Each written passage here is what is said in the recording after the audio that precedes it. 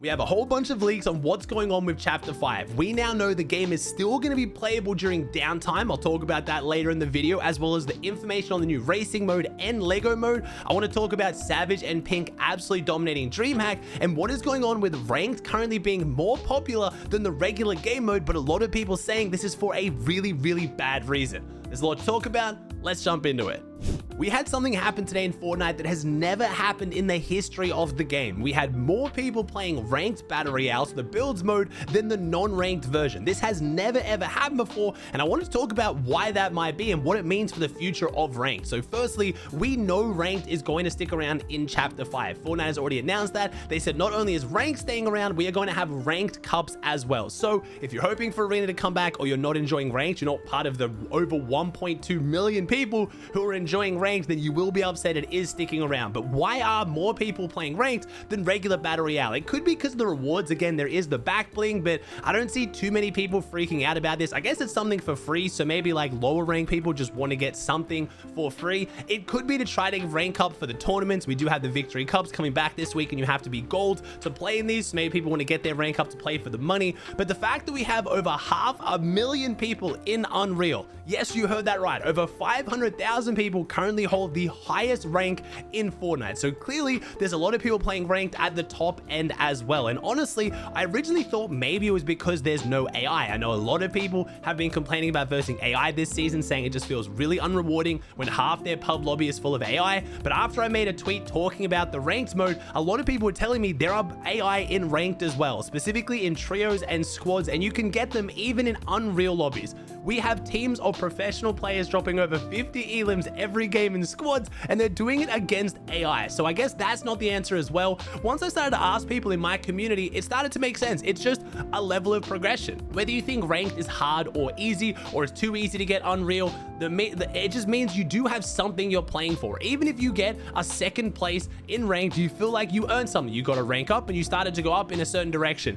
If you're playing pubs and you don't win, it does often feel like a failure. Yes, the game is just for fun, obviously, but people like to be progressing. So I think Epic making the ranked mode, in my opinion, incredibly casual. It is a ranked mode that's casual. You can't derank once you get to the highest rank. There's over 500,000 people in the highest rank. You can get to the highest rank without getting a single elimination. It has been found out you actually get a bonus on rank for not taking damage. That is why players like Bushcamp Dad, the legend himself, actually dies to fall damage before fighting opponents, because he's going to lose rank by taking the fight. Even if he wins it, like, you just have to admit the ranked mode is pretty casual, but it's pretty popular. 1.2 million people compared to 1.1 million on regular Fortnite were playing ranked today. So as much as there is a lot of complaints about the ranked mode, a lot of people saying it could be so much better, I agree it could be more competitive, but would that make it more popular? Clearly casuals are enjoying it. They're getting into ranked, they're playing the game more, and therefore the game is growing. But I want to hear your guys' thoughts. Why do you think ranked is so much more popular than pubs? Are you playing ranked over pubs, and why? You guys may have missed it, but we did have Dreamhack Sweden yesterday, and we had MrSavage and Pinq closing it out. They came first on 600 points, beating out the second place team Bevies and Pablo Wingo on 533. So for those of you guys who've been loving watching Savage, been a fan of Savage for a long time, it really does look like him partnered up with Pinq is an absolute demon duo. And I don't just mean that because of Dreamhack. They've been playing really well in the Cash Cups as well. So I'm extremely excited to see if we get duos back again next chapter, whether Savage and Pinq will still be dominating together. It's one duo, one solo. We need to drop. Okay, I dropped. Right. Dead. Dead. Dead. 1 HP, 1 HP. Let's go, man! Let's get him out, man!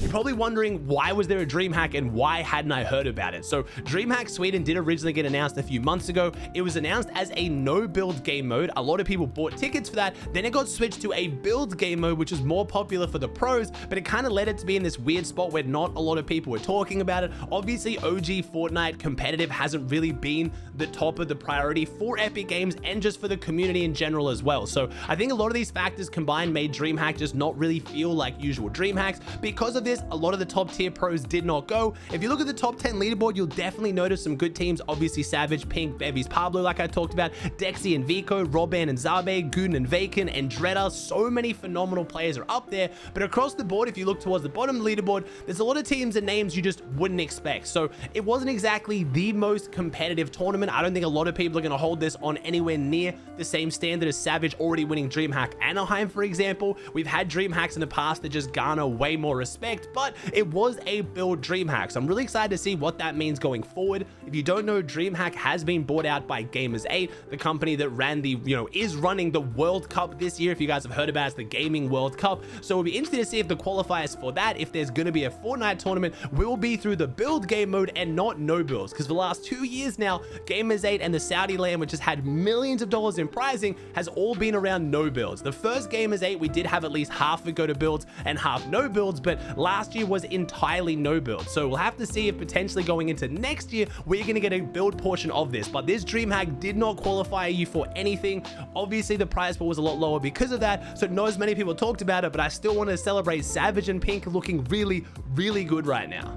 Let's talk about what's going on with Chapter 5. We have the finale event this weekend, apparently going to be one of the biggest events in Fortnite history, and then we're jumping into Chapter 5. Before I even talk about Chapter 5, we got to talk about the downtime, because we have a crazy new leak that has so many people more excited for the downtime. We are going to be able to jump in and play our favorite creative maps during downtime. The only things that'll be unplayable is the regular Fortnite game modes by Epic, so regular Battle Royale, Ranked, Zero Build, all that stuff. But all your favorite creative maps, you're still going to be able to jump into. So ideally, as long as leakers are correct, you're going to be able to jump in and 1v1 your friends. You can play Tilted Zone Wars. You can do whatever you want in the regular creative modes. You just can't get into Battle Royale, which is going to be awesome to pass the time. Some people are still saying they love it when the game just goes completely offline and everyone has to wait because it builds the excitement. It'll be interesting to see whether that has the same effect here, but the hype for Chapter 5 is incredibly high, and Sheena has now started leaking what the new game modes are going to be like. If you don't know, to kick off the new chapter, we're going to have the new Lego mode, we're going to have these musical events or these festivals, and we're also going to have the racing game mode. So Sheena tweeted out Lego mode information via Crow Mo, I think it is. It has crafting and auto crafting, custom inventory, weapons and abilities, NPCs that collect resources for you, so kind of like you have in the regular Lego games, ability to view the orbit, POIs and biomes, and custom death UII. So they're putting a lot of effort into this Lego mode. This is not just like a tiny little event they're doing. It is a full-fledged game mode. This goes for the racing mode as well, called Rocket Racing, which is obviously a collab with Rocket League, which is another game that is owned by Epic Games, so it makes perfect sense. They said cosmetics for your cars, bodies, wheels, and boosters, global leaderboard, so it's going to be like a ranked mode, seems to have AI drivers, don't really know how that's going to work, custom lobbies, has driver reactions, and map voting. So again, this was our courtesy of Crown Mo and Spush FNBR. It's going to be very interesting to see how these game modes play out, but with the map already being leaked and these major game modes, we're going to have an extremely exciting December on our hands.